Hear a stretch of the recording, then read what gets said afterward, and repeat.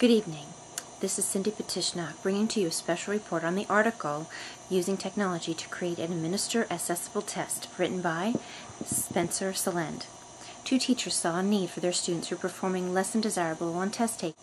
Miss Randolph was a general education teacher and Miss Smith was a special education teacher. They researched ways to test their students. They determined that they needed to use technology to test their students because they were using technology in their classroom.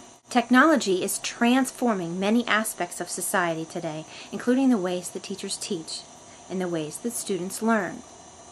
Teachers have been integrating technology into their lessons more and more these days. Their testing strategies have remained the same by using paper and pencil. So they decided that testing using technology opens up that bridge between their lessons and the teaching style and the assessments that offer numerous ways to differentiate. Teachers should integrate the assessments using technology gradually. You can't just start off using everything. You have to introduce them and teach them how to use the programs. There are elements of typographic and visual design to keep in mind while creating those assessments. The type size needs to be readable, not too large or too small. The recommended type size is 12 or 14 point type. The readability of the test is easier with the same font typeface, not mixed fonts as shown above. Arial, Times Roman, or Comic Sans are closer to how the students write and type. The letters in the text of the assessment should be typed regularly, using capital letters and lowercase letters where appropriate, not written in all caps. All caps tends to have the students read the text slower, just like I am currently. You can make the words stand out in your assessment by highlighting text, using italics text, or boldface text. The length of the line and the length of the passage affects fluency. A 4-inch line length is recommended. Try to keep the word clusters and phrases together in the same line to make it easier for the students to read. It is recommended to use dark text on a light background. The best colors to use for text are black or blue. The best colors for the backgrounds are the light pastels, white or off-white. Teachers have the ability to differentiate assessments using technology. The font size could be enlarged to 18 or larger point type for students that have a sight impairment.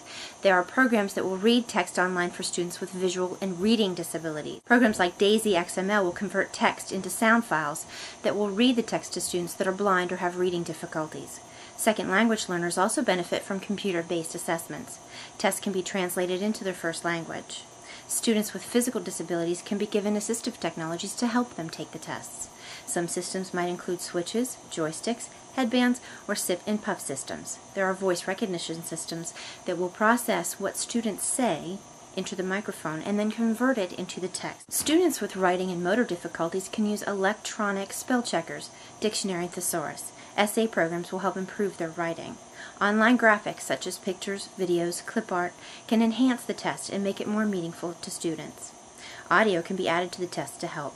Online assessments like Study Island can increase student motivation.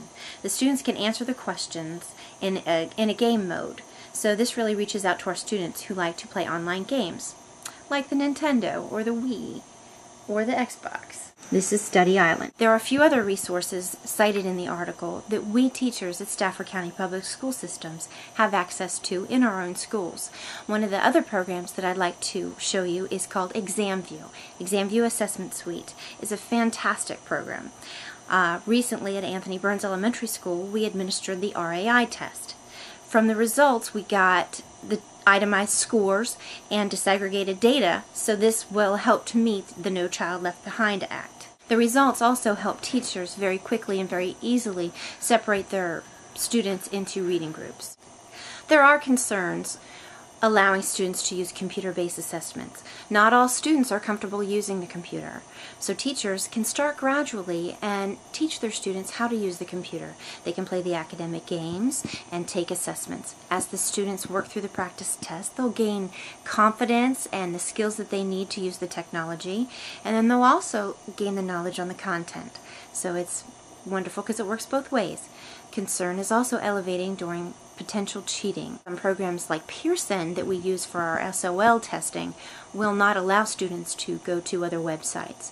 Using technology for assessments will help prepare our students for the future.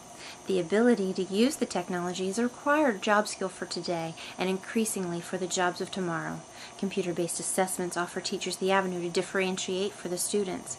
The students are more motivated to take the test on the computer more than just by taking the pencil paper version.